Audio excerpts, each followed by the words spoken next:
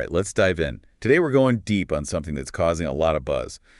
Brazil's brand new digital currency, DRX. Yeah, it's pretty fascinating. We've got a whole stack of research here, academic papers, news articles, and even some lively online discussions to unpack. Definitely a hot topic.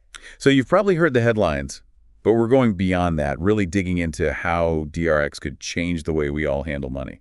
I think what's really interesting about DRX is that Brazil is trying to, tackle some big issues using this new technology. It's not just about making a digital version of the real. It's about reshaping the whole financial landscape. Okay, so let's break it down.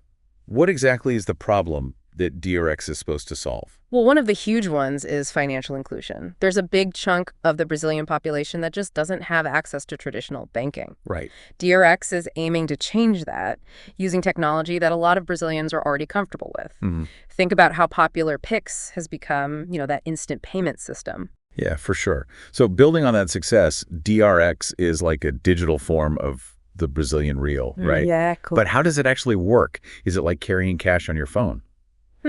It's similar in that it's a direct representation of the real, issued and controlled by the Banco Central Brazil. The BACEN? Right, the BACEN. But DRX uses something called distributed ledger technology, or DLT, to make it way more secure and transparent. DLT, that sounds kind of familiar. Is that related to blockchain technology? You got it. DLT is basically the system behind cryptocurrencies like Bitcoin, but it's also used for a ton of other stuff, including DRX. Okay. To put it simply, imagine a digital record of transactions spread across multiple computers. Super secure, almost impossible to mess with. Gotcha. So I can see how that makes things safer and more efficient. But there's another piece of the puzzle I'm curious about. Smart contracts. Sounds futuristic, almost like something out of a sci-fi movie. It might sound like sci-fi, but it's becoming reality pretty fast. Yeah. Smart contracts are basically like self-executing agreements written in code. They automate transactions and make them, conditional. Let me give you an example. Yeah, please. A real-world example would really help me grasp it. Okay, so imagine you're paying for your daughter's university tuition using DRX. Okay. With a smart contract, you could link the funds specifically to the university's account. That way, you're making sure the money can only be used for tuition. That's incredible. So the money itself is like programmed with rules. What other situations could this be useful for? Well, think about renting an apartment. You could use DRX to automatically release your rent payment to the landlord when certain things happen, like the start date of the lease. No more need for traditional escrow accounts. Less risk of fraud or disputes. So it sounds like DRX offers a lot of potential benefits.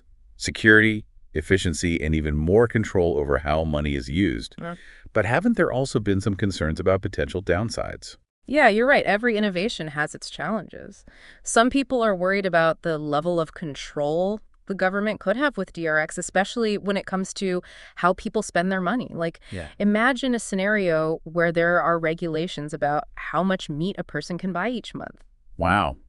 That kind of limitation really raises concerns about individual freedom. Yeah, that hypothetical meat buying restriction is a pretty intense example. Yeah. And I know some people have brought up concerns about privacy. Like, could the government use DRX to kind of spy on people's transactions?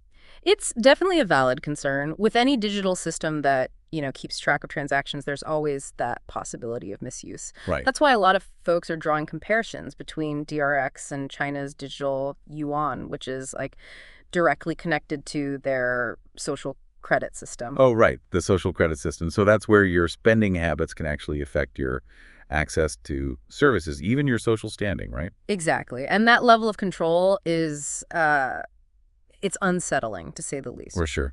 It makes sense why people would be wary of a similar thing happening in Brazil. But it's important to remember that the stated goal for DRX is all about financial inclusion and empowerment, not social control. Okay, so is it even possible to have those benefits, the security and efficiency of a digital currency, without giving up individual liberties? That's the million-dollar question. Yeah. It's something policymakers and developers are really grappling with. Some solutions being thrown around are strong data privacy regulations, kind of like what we've seen with social media, where users can control what information is shared and how it's used. So giving users the choice, basically. Exactly. That makes sense. But even with those safeguards, Isn't there a risk that DRX could create a new kind of digital divide? You mean? Like, what about people who aren't tech savvy or don't even have access to the technology? Absolutely. That's another crucial point. For DRX to be truly inclusive, there has to be a big push to bridge that digital gap.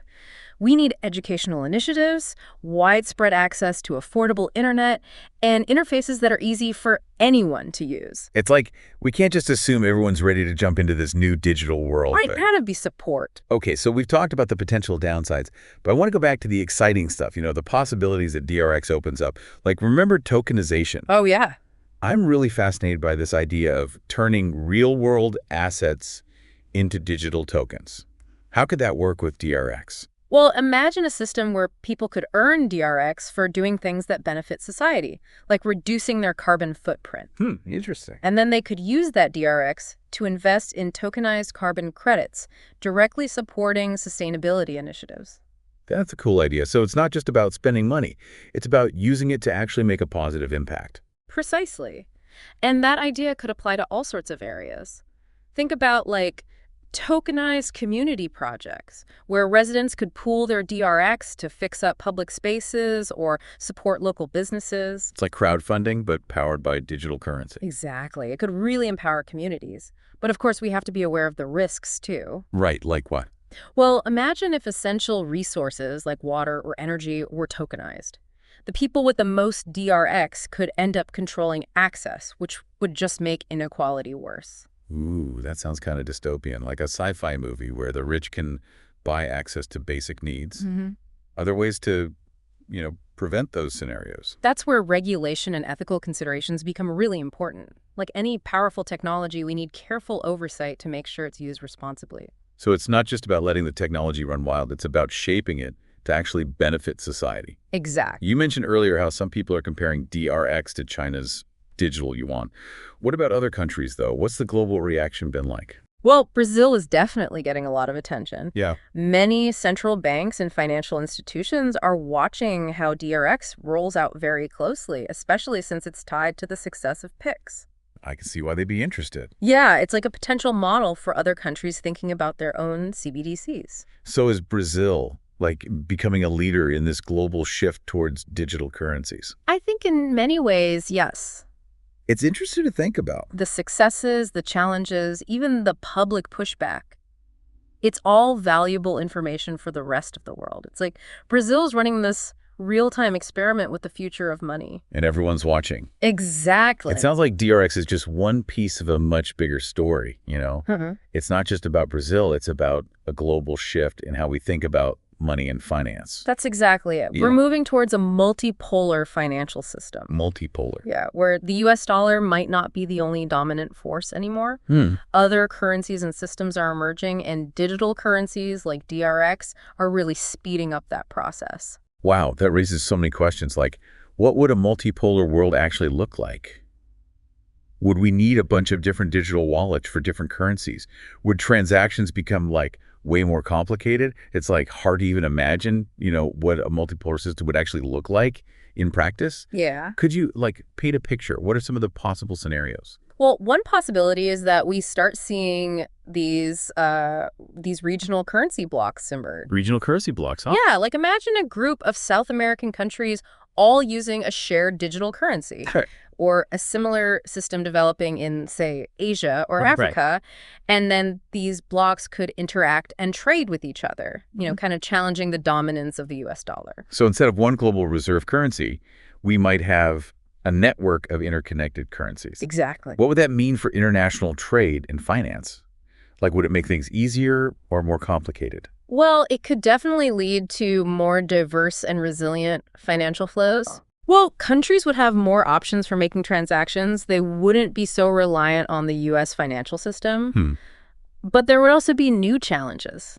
Imagine having to, navigate exchange rates between a whole bunch of different digital currencies. Oh, yeah, that sounds pretty complicated. Could technology help with that? Absolutely. Think about, seamless currency conversions happening automatically in the background, kind of like how some websites adjust prices based on where you are. Right. You wouldn't even have to think about it. It would all just happen smoothly. Okay. I can see how that would make things easier.